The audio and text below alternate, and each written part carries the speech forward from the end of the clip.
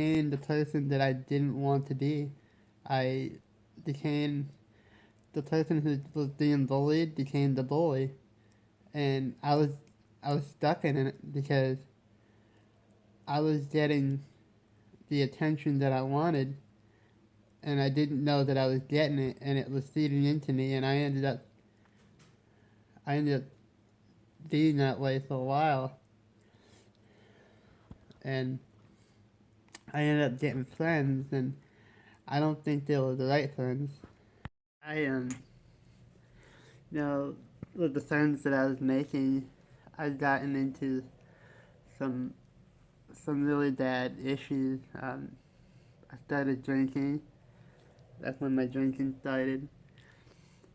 I started doing some other things, um, and it ended up making me feel good. It made me feel good about myself and the things that I was getting from doing those things and um, providing people with those things. And I fell down the rabbit hole, and I got stuck there. And I remember, I remember one day I was sitting there drinking, and I was remembering who I was, and I wrote, I wrote this poem, and I wrote these words, which I wrote in my last video, um, and it was about being alone. No one wanted me when I was me, and I felt alone. So if you could just, don't judge a book by its cover, and I'll put that up on this video. And I remember that night, I wanted to remember who I was, because I didn't want to forget who I was, and so I tattooed it. I tattooed it on my leg. So I never forgot who I was.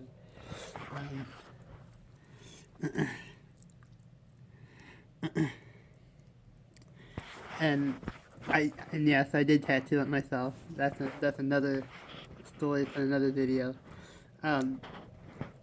But I just didn't want to forget. And later on, maybe I'll tell you that story about how it brought me back to who I was. But I was in a place where I didn't want to be. I had friends. I had one friend who accepted me for who I was in that crowd, and he taught me that I didn't have to impress anybody, and I could be who I was. And for that, I thank him. And that the rest of the stuff was just consuming my pain from being bullied to being different, from being picked on, and being adopted, or not being adopted, but being born and not knowing who those people were. Um, even when I was younger, going to school in elementary and even middle school, even high school, I hated school. And then when I came home, I was so excited because I had, family home to play with. I could be myself. I could just run around and play and be goofy and silly like I am now. Um, when I was younger, and still to this day, my brother, he always looked out for me and still does look out for me. I mean, he is like my best friend, and I really don't think we'll ever be separated. I mean, it doesn't matter where we are or how far apart. I mean, we'll always have each other's back, and I love all my family. I do. I just know that he made everything. I mean, he went out of his way to help me, to make sure that I was okay, and gave me the support that my parents couldn't give me. I mean, my parents gave me everything. I mean, their love and everything. But there's only so much they can give. And, you know, but yeah, you know, the best part of being me as a little kid was coming home and being able to play and spend time with my family. And I think that was a really big factor in my in the person I am today. I mean, how I kept it together and how I strive to do better and to be better, and the guy that I am today. Just a horrible guy. I'm just kidding. So between middle school and high school, all the way up until graduation, um, not only did I not get the proper education all the way from kindergarten all the way up to graduation because I am mentally disabled, because I am physically disabled. I had more important things to deal with, as I've mentioned, with bullying and worrying about everything else. My education was not a very big deal to me at that time. On top of that, my guidance teacher, which I will not mention the name, said, "Oh, you know what? You're not going to be able to go to college or anything, so why don't you just go to a vocational trade school? You can be a barber, or you can work on cars or something." You know, so, you know, even being told by the education system that you're not going to amount to anything. And on top of that, being thrown into special ed classes, which was a delight for me because I got all the answers to the tests and stuff like that. So I guess they were giving me payments for treating me like I was mentally hindered.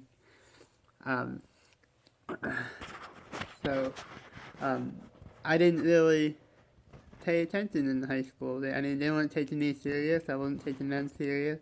Plus, I had all these new friends. I'd get in fights, and I would offer the first hit because I couldn't feel my face. And I tell you what, when I got hit, I'd be like, "Alright, hit me." They'd look at me like, "What? Are you serious?" "Yeah, I can't feel it anyways, so go ahead." And they'd back off, usually. There was one time, I was getting on the bus, and this big kid, wasn't scary to me, but he punched me, and I walked away. I got on the bus, and everyone looking at me like, "Dude, that guy just hit you." And I looked around, and I said, "He did?" And everyone was like, "Whoa." So you know, so that intimidated people. So, so I used it to my advantage. Again, you know, a monster is created or a monster is made. Or no, it's monsters born or they're created. Sorry. And I think that's the same way with bullies.